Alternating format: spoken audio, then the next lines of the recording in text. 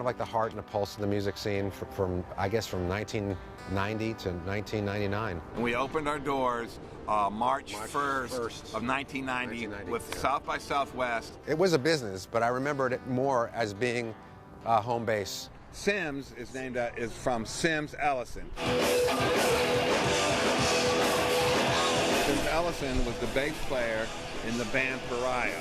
I was the co-manager of Pariah with Kevin Womack. The ARC became Pariah's headquarters. I sympathized with Sims, and I understood that in a way, what he went through from firsthand experience. To be playing with the next big artist, and then suddenly being working in a store. He was working in a store on the drag, and like having the rug pulled out from under your feet. And what is my identity?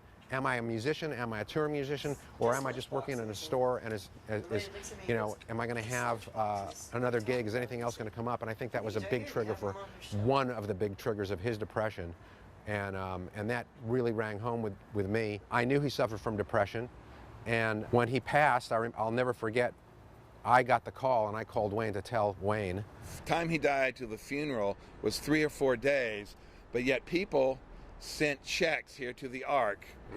I don't know why. These checks were for $25 or $30, $10 to $20 to $35, and real quick in the space of the 3 or 4 days, we had $5,000. When Michael Corcoran wrote that article, he said, Austin needs an organization to help musicians who don't have health insurance with mental health counseling and mental health care.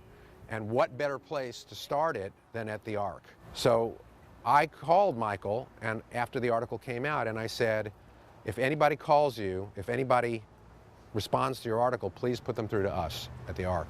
And we got calls. Walter Taylor called, who was a lawyer, musician, and he became, he got our 501(c)(3) status. That was the genesis. And of course, Sim's father, Don Ellison, donated time, effort, heart, money, and he was going through all of his heartache and hardship and grief. The original board of directors for SIMS was Don, Harvey, myself, Don Ellison, Alejandro Escovedo, and Walter Taylor. It was the 5 of us. And most people in their lifetime will know 1 or 2 people who committed suicide, but in the entertainment, there's lots, and at that point, I think I was able to name Sims was the 10th person I've known that had committed suicide.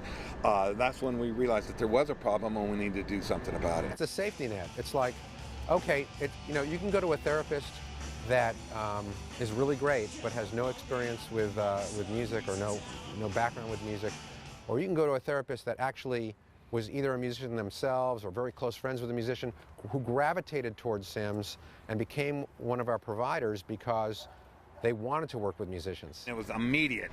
And then we also realized that $5,000 didn't go very far. It didn't go very far. It didn't go very far at all. The more expensive it gets to live here, the harder it is for musicians to live here.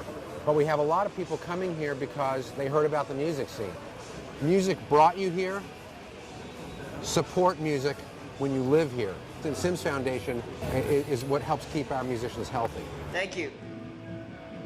See ya.